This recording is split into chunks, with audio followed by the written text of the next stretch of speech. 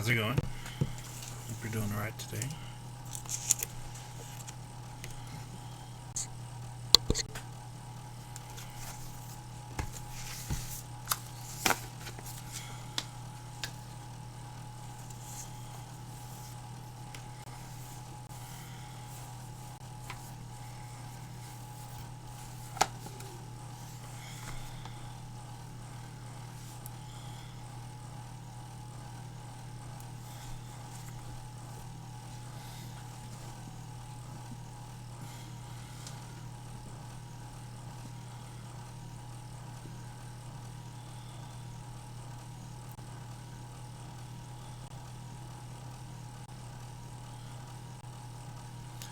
How are you doing?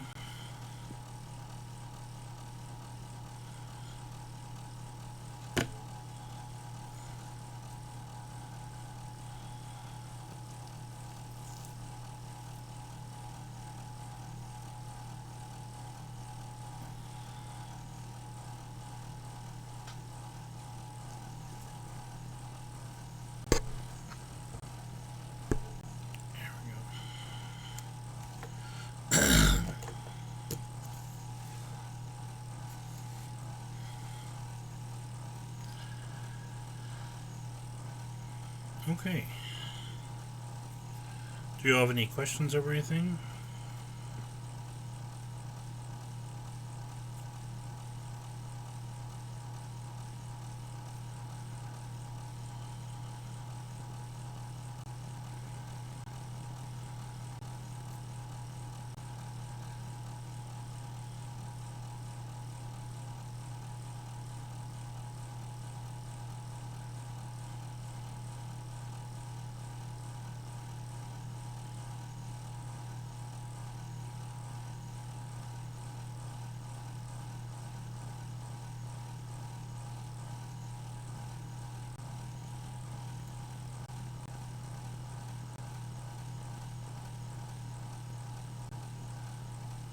Okay.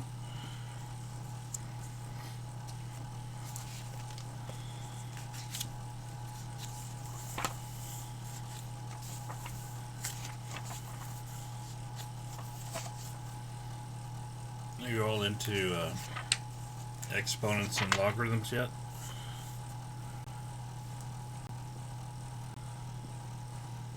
Or is that tomorrow?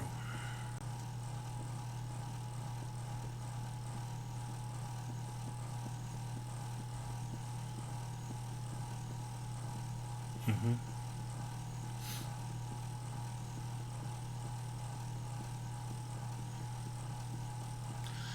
Was it? Did you find it helpful if I, like I did on, I believe it was Tuesday last week? Did you find it helpful if I introduced the assignment for the following day?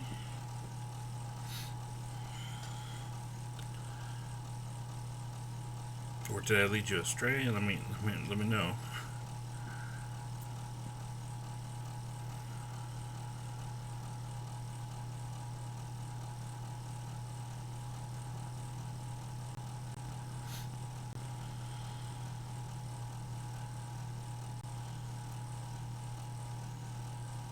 Okay, good.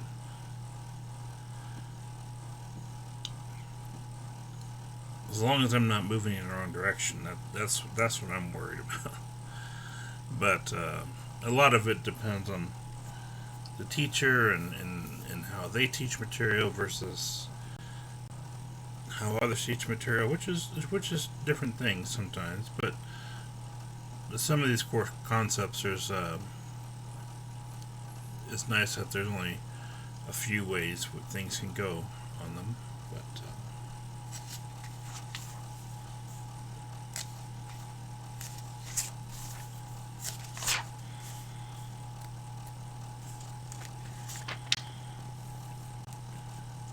okay.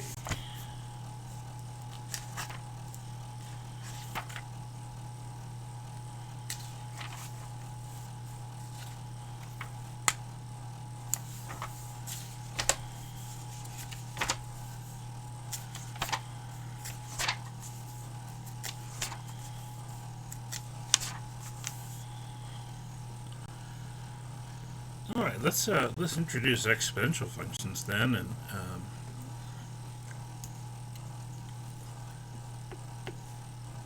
see what we can do with that.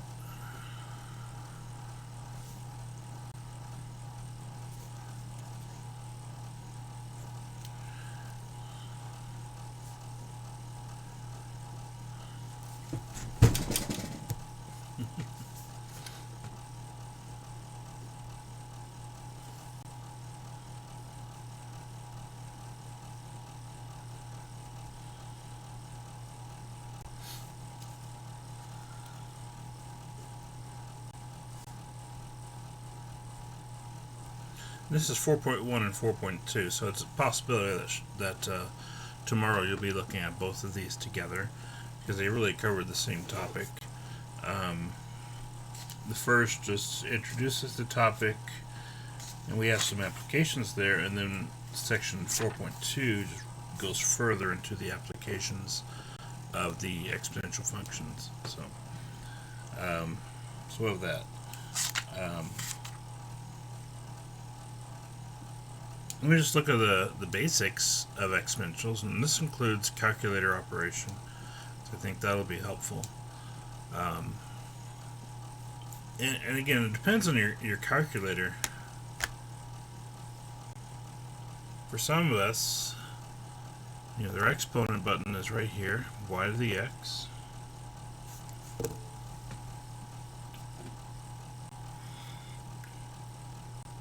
If you look at your calculator in your phone, or you can turn it sideways, get your scientific calculator. Clean the screen real quick, sorry. Just on my pant leg. Okay. Good enough. There's a bit of a glare, but yeah. In this one we have a, where is it? X to the Y button. Okay. That's our exponent button on our phone. But you see that on other calculators as well. And then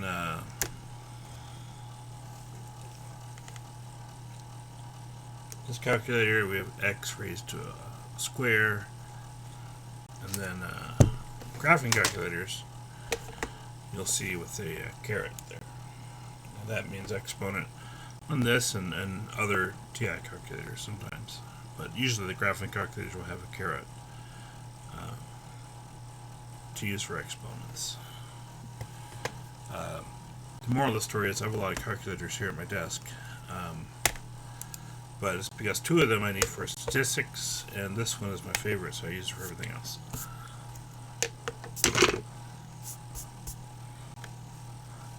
Anyway, depending on your calculator, if we want to do, let's say, 2 to the third power, and we know that's 8 because it's 2 times 2 times 2. This is an exponential operation. But if we want to do 2 to the third power, in some cases you'll have to do 2, and then your exponent button, y to the x, and then 3, and then enter, and it gives us our 8 for 2 to the third power. This one I believe is the same, so it'll be 2, and then the exponent button, and 3, 8. And now in my, and even on my phone, I know that one's the same. There is going to be something that's different on one calculator to another. 2 raised to the 3 equals, yeah. But notice you do have to press equals after that in a lot of these cases. This is not just 2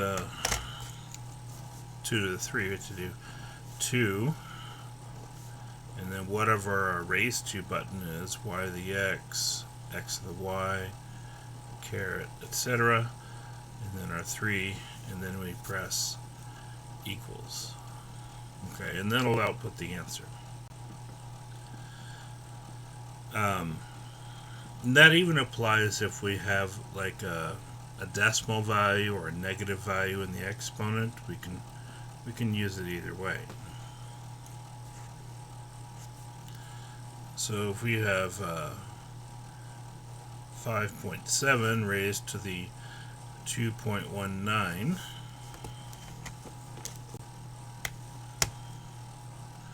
we do 5.7 raised to 2.19. The principle is the same, and we'll get our answer 45.22.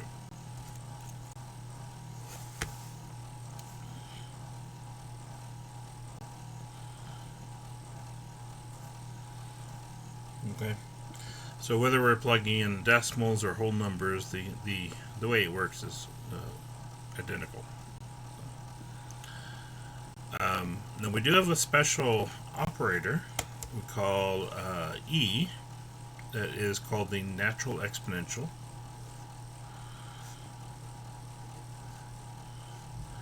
And the reason it's called the Natural Exponential is that it was discovered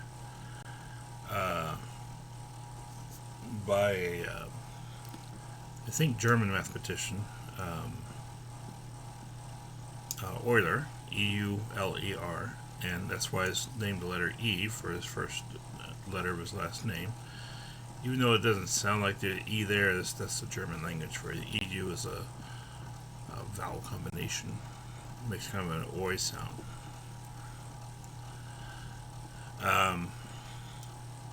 Anyway, it's called the natural exponential. E is approximately equal to 2.71828, I believe, are the first 5 places after the decimal.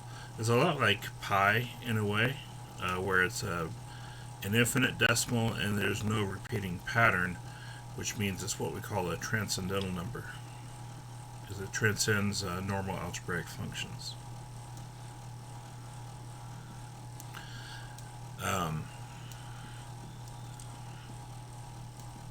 Anyway,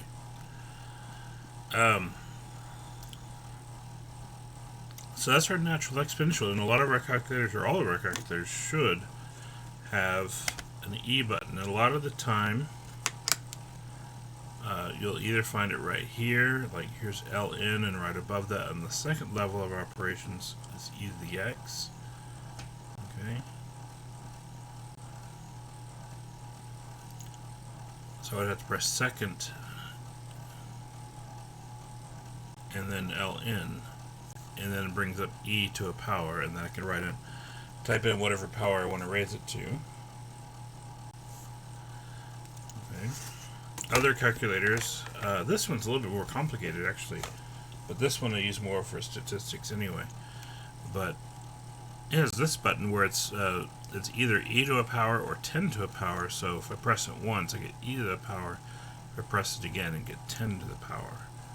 And I can just cycle back and forth until I get the one that I want. Likewise, I have this button here, pi, e, and I, where I can just keep pressing it and it cycles through those values. I think that's a little more complicated just for a basic calculator, but this calculator it does a little bit of everything, which is nice. It's really good for statistics, actually, and that's mainly what I use it for. Because my statistics class is not computation heavy, but the 2 different ways we actually solve problems is either by looking up a value on the table, or we can use the calculator to give us the same result in half the time and half the effort. And so that's why we use the calculators. It's just as a what do you call it? Just a general overall improvement to our lifestyle. Anyway, quality of life improvement. There we go. But yeah, so we have this natural exponential. So if we wanted to find e to the third, now this is where some calculators differ. Like this one, remember I had to press second and then e to the x, and then I would enter 3 and then enter, and it'd give me 20.08 5, or I guess 20.09 if I wanted to round to choose places.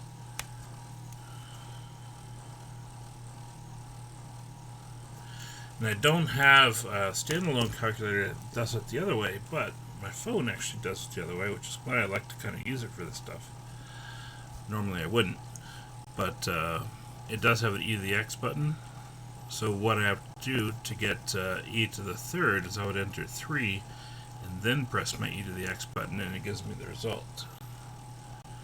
So it's fundamentally different in the method of entry, which is important to know.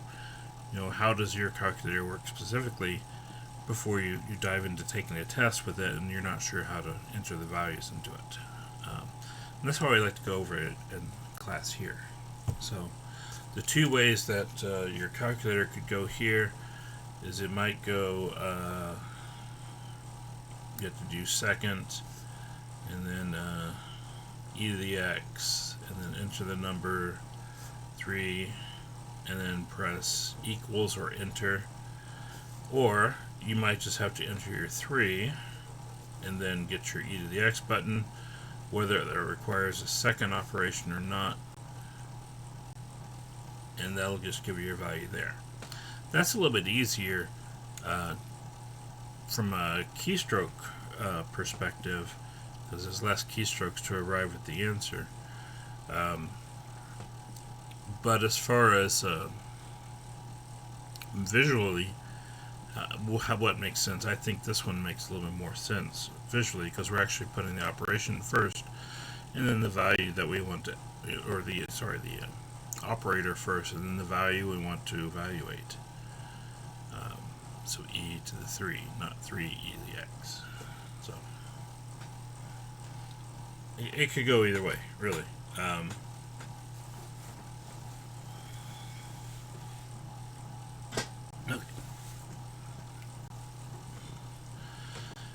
But yeah, I recommend, there's a couple of different things in this chapter where for e to the x and for the logarithms,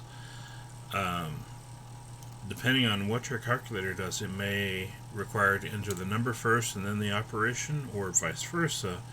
And that's something you definitely want to know before you dive into taking a test or something. So be sure you practice that as you go along or in between, so you can figure that out. Anyway, and this is named, and this is just completely extra information.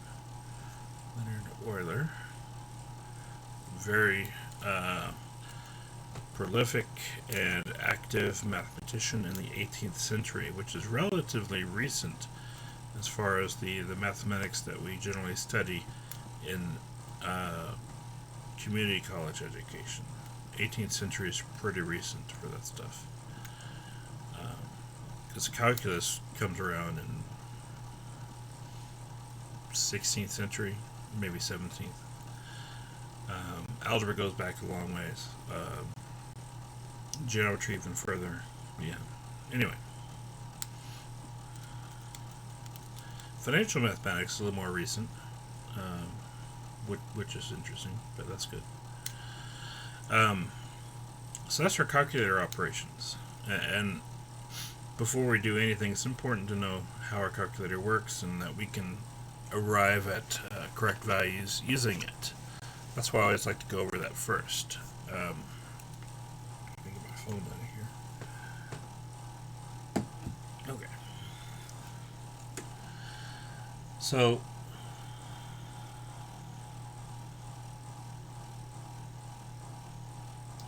another thing that we want to be able to do is look at the graphs of exponential functions.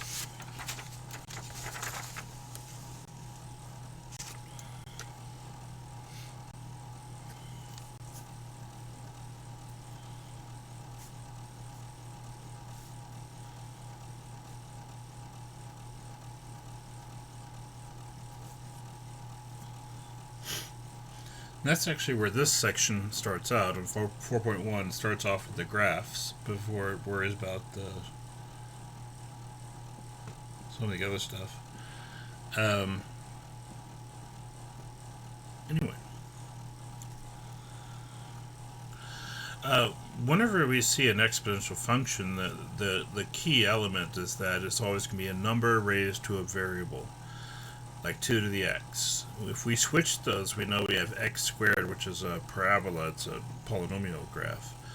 But in an exponential function, the number is the base, as we call it, and the x is the exponent.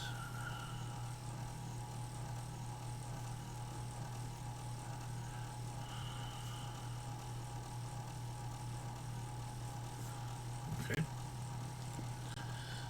And so, the way we do this, let's just set up a t-chart. I think that's the simplest way to start off. Once we establish a basic shape, then we can start using transformations if we like.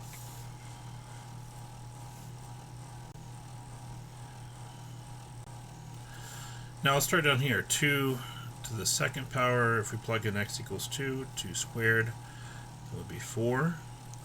2 to the first, that's 2.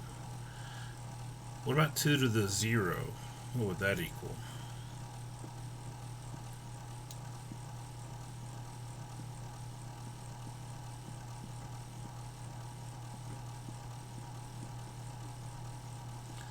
So you want to know what you think the 0 power is equal to?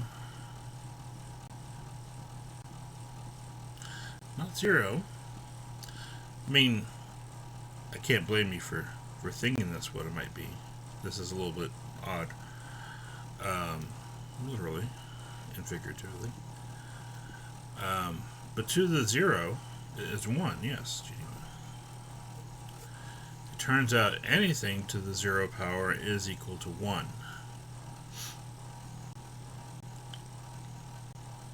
It's a little bit hard to explain why. Mathematically, because we're not really at a point yet where we can quite understand the foundation of the mathematics that's causing this.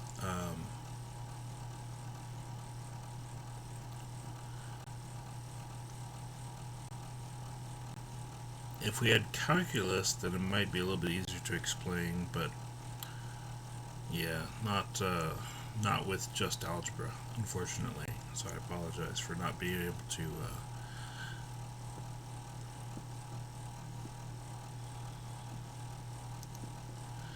well, now we're getting into some weird territory, Luke, since you bring up 0 to the 0 power.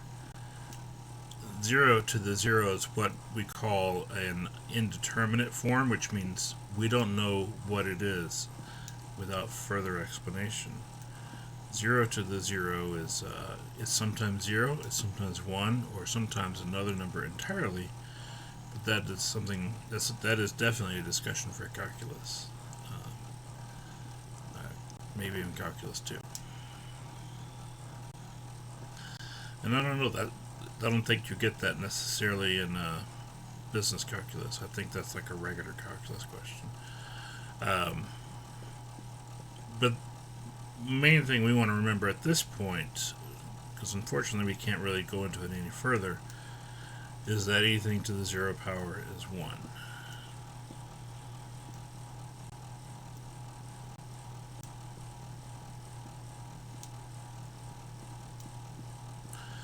Except technically 0 to the 0, which is unknown, we would say.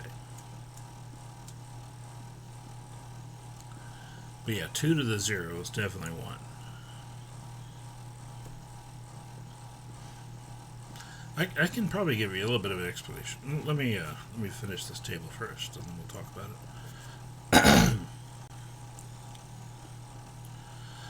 it. If we have 2 to the negative 1, now we did talk about negative exponents a little bit in one of the sections I worked with you earlier. But 2 to the, okay, let me write this down. 2 to the 0 equals 1. Any non-zero number 2, 0 power is 1. Okay. 2 to the negative 1. Do you remember how we did that?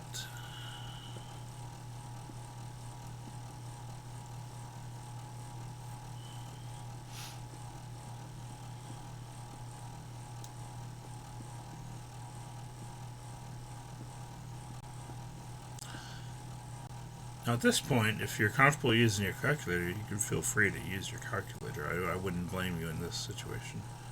And you may notice that your calculator gives you a 0.5 here, which is 1/2. Let's look at why it is 1/2 though. Because if we have 2 to the 1, it's actually 1 over 2 to the first power. Because if we take this expression and change its location in the fraction from top to bottom, that changes the sign of the exponent. So 2 to the negative 1 is 1 over 2 to the positive 1. You remember when we talked about that? Likewise, 2 to the negative 2 is 1 over 2 squared, which is 1 over 4, or 0.25 if you prefer.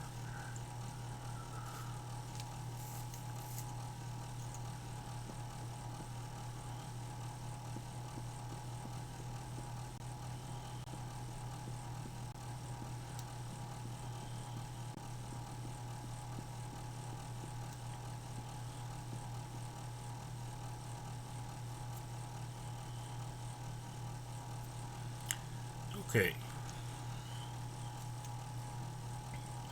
so we have our coordinates here, and we can use that to sketch our graph.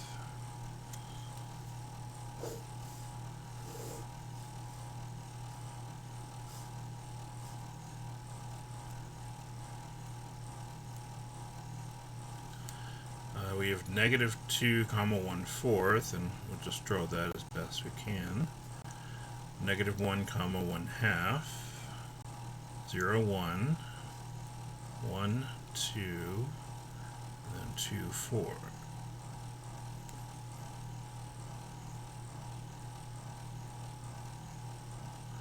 Now we see on the right it's just accelerating rapidly, so it's going to go up faster and faster. But on the left hand side it looks like it's leveling off. What does that mean that we have right here on the axis? What would we call that when the graph starts to get closer like that?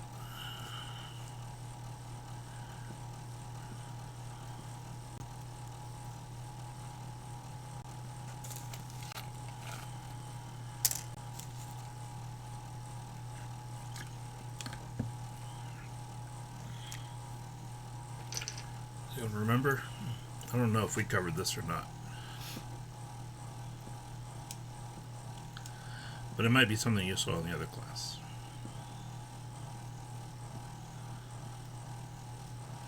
This is a horizontal asymptote.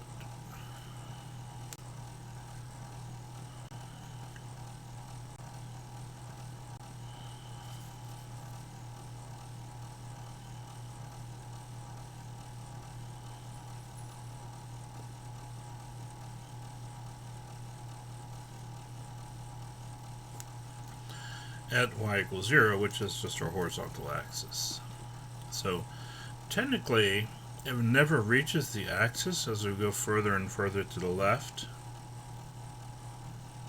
but it gets closer and closer all the time.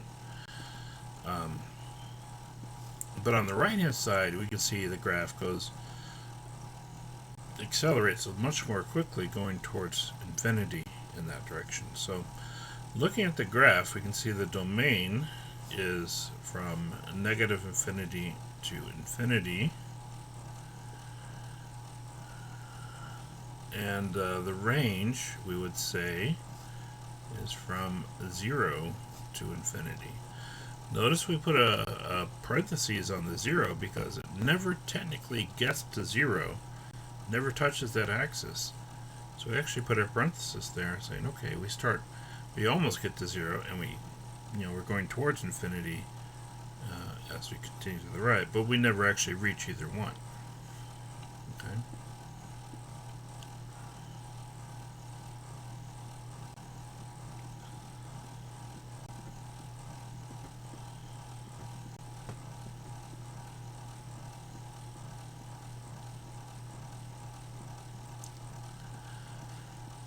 Okay, let's go back to that idea of 2 to the 0 power 2 to the 0 power being equal to 1.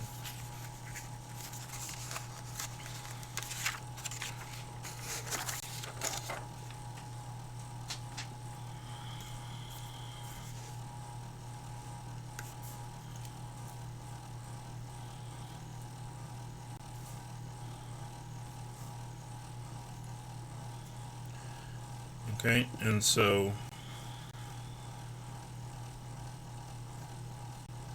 our function is f of x equals 2 to the x.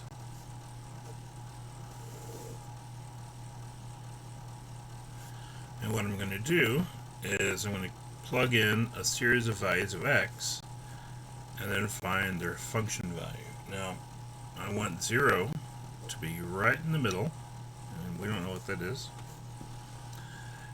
But let's look at, for instance, 0.001, 0.005,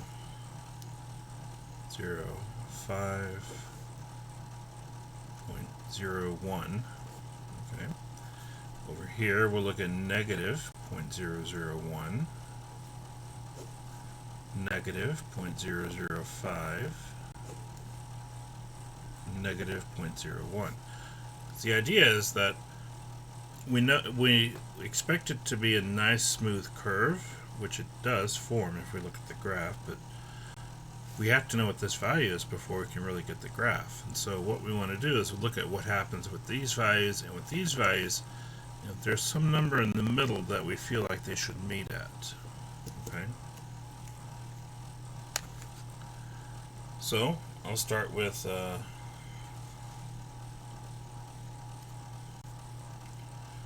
2 to the negative 0.01.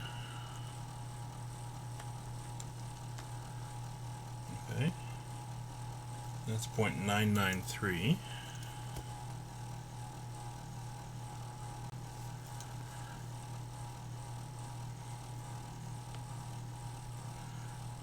2 to the negative 0.005. That's 0.9965, so maybe we'll call it 7. 0.997. And then 2 to the negative 0.001, which is 0.999. Okay. So the numbers are getting larger, we can see that. Let's start over here at positive 0.01. 2 to the 0.01. We get 1.007. And so for 0.005, 2 to the 0.005, 1.003.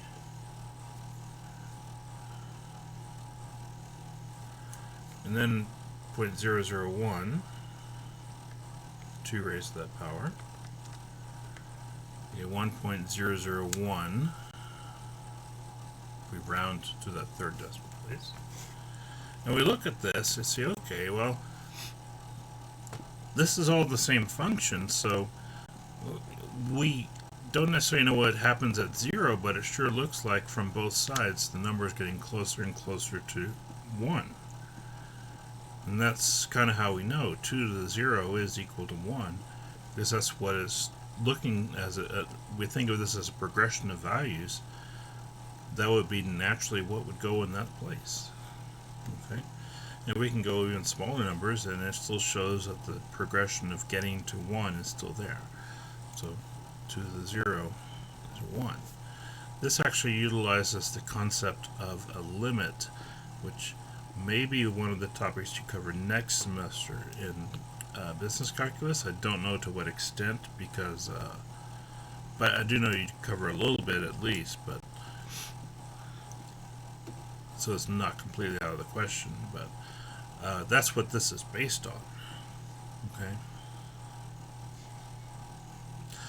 So if we don't know what happens to a specific value, you can look at what happens when we get closer and closer to that value and kind of discern what the result will be. And there's different places where that's useful, but at least right here, we can kind of discern that the value of 2 to the 0 is going to equal 1 because of that.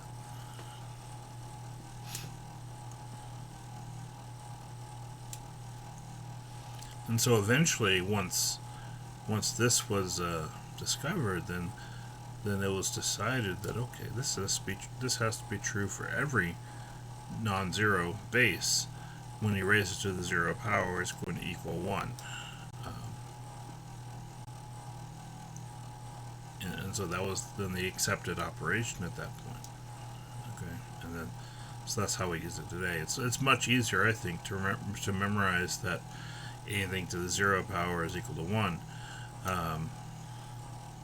and just go with that, than to really look at the underlying meaning. But this is what's going on behind the scenes, this progression of values that we see here.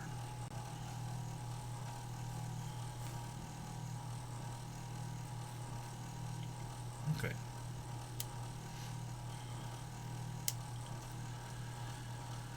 Of course, back when they were doing this on 16th century forward, didn't really have calculators at the time, and an abacus sure couldn't handle this, not to this extent. So they didn't really. Exponential functions were relatively new, and they were still learning about it, but a lot of the mathematical application or mathematics done in those days were done as a result of supporting the sciences that required these calculations to be done more quickly and more efficiently. And so a lot of it is astronomy based.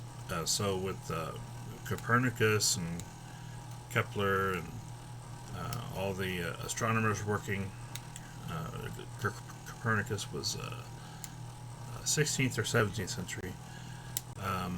He certainly required certain calculations to be made that he just couldn't do with the math that he had. So he was fortunate to be able to use the work of Isaac Newton and Leibniz, who had created calculus, to help him out there. So anyway.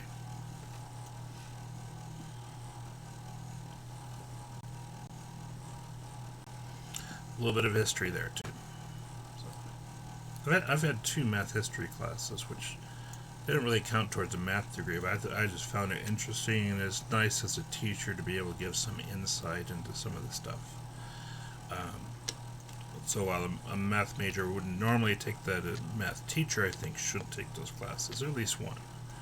I did one at the undergrad and one at the graduate level, but it was interesting stuff.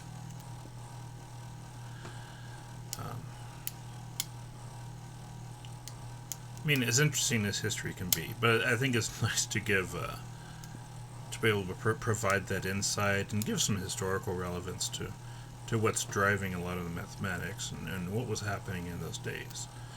Isaac Newton created a lot, or he did a lot of the work with calculus when he was on lockdown during what they called the Black Plague in the early 17th century, I believe it was. He was basically isolated to his onto the campus where he was working and researching, and he was actually working as a lecturer also, as a teacher. And so in order to fulfill his contractual obligations, he would sometimes lecture to an empty classroom and then go back to work, creating calculus. So it's kind of a weird thing there when you think about it. Anyway, I think that was at Cambridge in England that he worked. And at the time, a lot of the stuff was done through correspondence because, no email, no TV, anything like that, communications-wise. So these scientists would either they'd be working in the same location, like a lot of the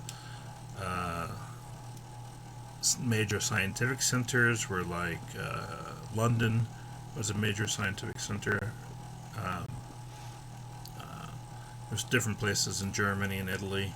Uh, and this is all separate from what was happening in the in Asia, because China was a major math center, and they didn't really share with the other civilizations because they couldn't really contact them. And the same was true in India, because they were also doing a lot of work. So that's why you have like two different people being given credit for calculus, Leibniz and Newton, when they carried it about the same time, but because they couldn't really come out and make the announcement that, hey, I've created calculus, they both kind of did at the same time. And that's why we have some different notations, as you'll see next semester. Different notations for some very common things in calculus because of those two different people working on it. Actually, in some cases, three different notations, because we still like to modify things over the years. So,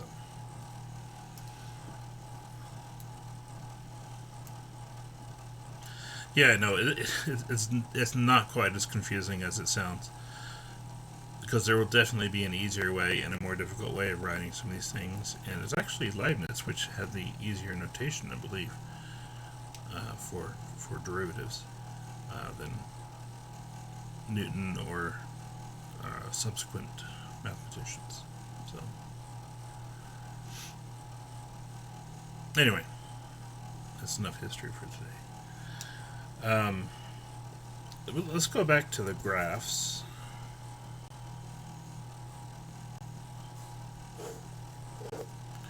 And we saw the basic shape is like this. Okay. And because we saw this here, 2 to the 0 is equal to 1, and essentially anything to the 0 is equal to 1, it's always going to go through this point in the graph. So any base raised to the 0 power will equal 1. That corresponds to that coordinate right there. Because here's our x and here's our y.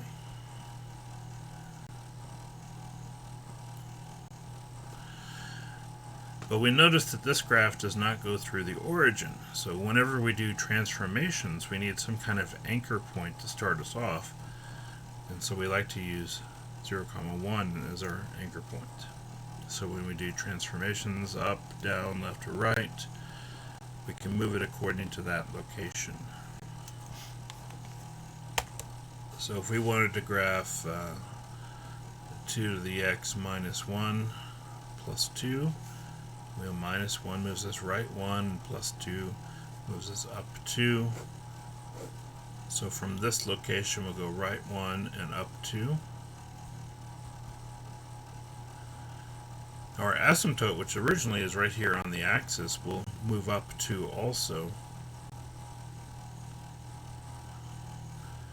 And we can draw our curve in from there.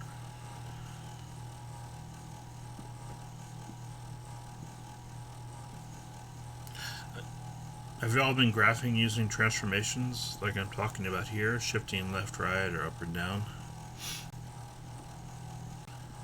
Reflecting or stretching the graph, or that kind of thing?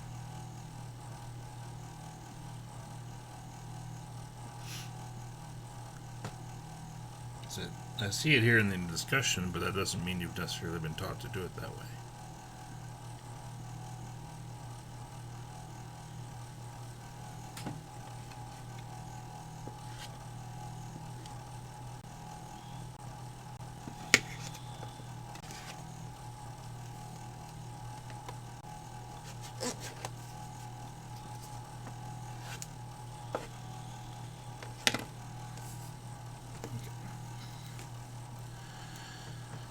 Well, maybe I won't go too far into that if that's not what you necessarily studied. So,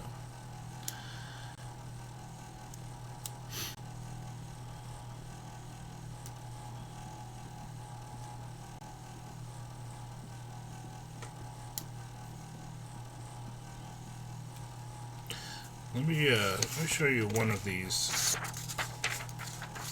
applications.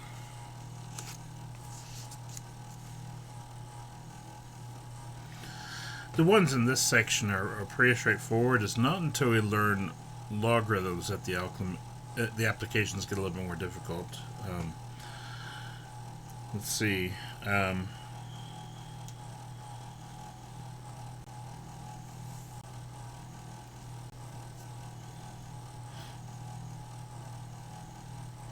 This is page 189, 42 if you happen to have a hard copy of the book.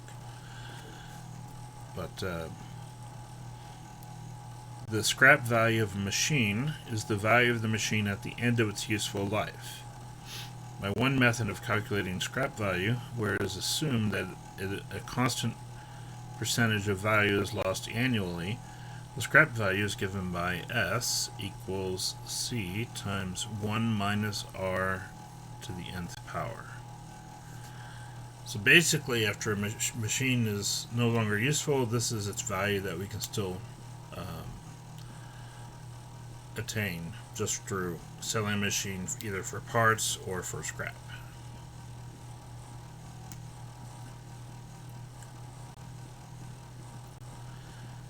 So in 42, our original cost is $68,000. C is the original cost.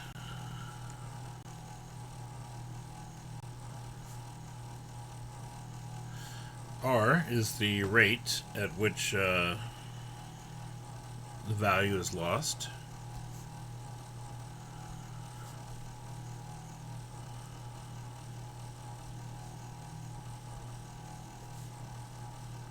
And that is per year.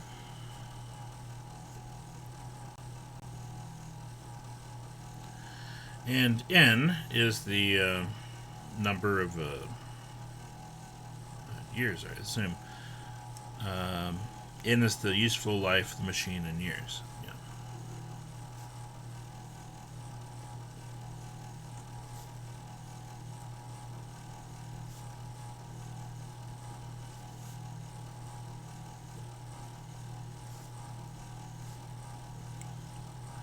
And this is a way that some business can recoup some of the investment they've made in the machinery or other capital that they've invested in over the years to help keep their business running. Is that by calculating the scrap value S,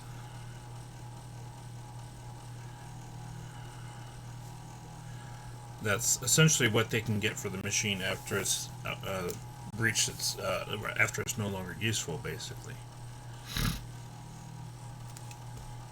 So we have 68,000 is the original cost for this device that we're looking at. 10 years that we've been using it. And it loses 8% of its value per year.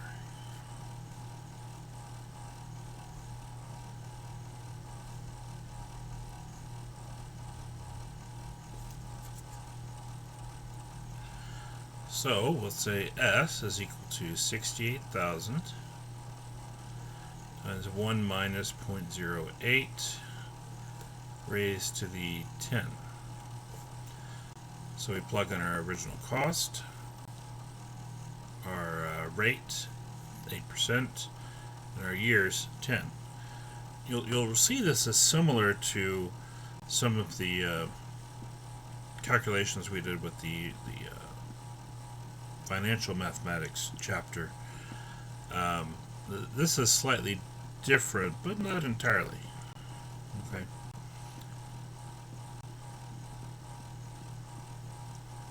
Okay. Main thing we want to do here is make sure we understand the order of operations. We always start inside the parentheses, 1 minus 0.08, which is 0.92.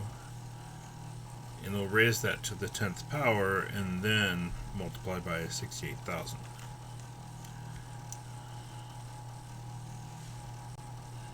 So we need 0.92 raised to the 10th power. And it gives us, and we'll want a few decimal places because we're going to multiply by a number with a bunch of zeros on it. So we'll want to go, 4 or 5 decimal places, I think. So 0.43439, we'll call it.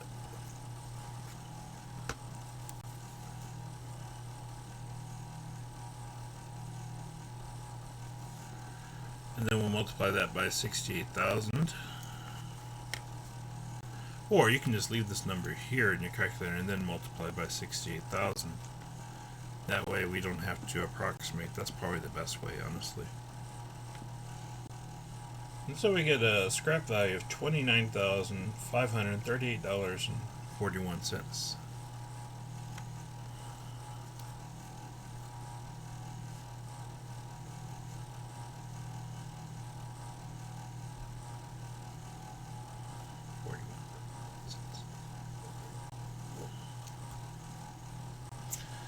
Now,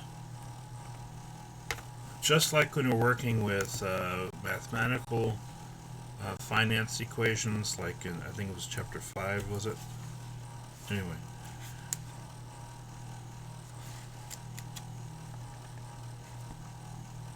Yeah, chapter 5. So just like there, we wanted to make sure we, one, plug the numbers into the right places, and two, calculate things correctly using the order of operations. That's always important regardless, but in problems like this and the problems from chapter 5, it's really the same issue, that we don't want to switch these numbers up and we don't want to calculate them incorrectly. But yeah, we work inside the parentheses first, then we do the exponent, and then we do the multiplication last. That's actually a pretty good value after 10 years that they can still receive for this device.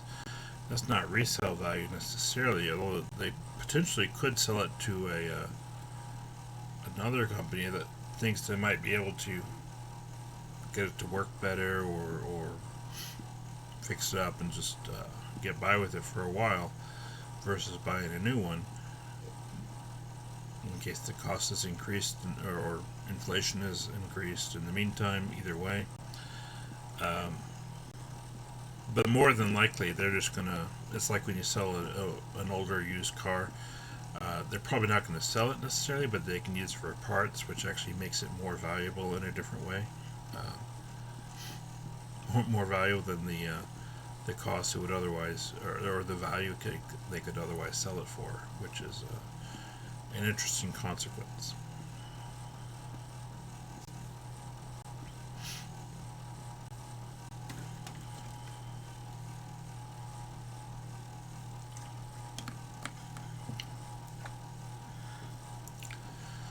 Anyway, how are we doing there? Alright. I don't want to go too much more into this because then I'm sure I'll be bored tomorrow. So I don't want to steal too much of the thunder in these two sections, but I think that'll be a good start to everything, and hopefully you'll be a little bit more knowledgeable as you go into that lecture, and that will help you understand it better. And that's the goal, I think. And I probably should have been doing this more for previous days where I didn't have a whole lot to do, but unfortunately, like I said, I didn't have a whole lot of guidance on this course, so I was just left to my own devices, really.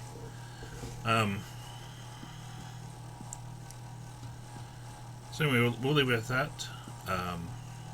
Hope you all have a good rest of the day.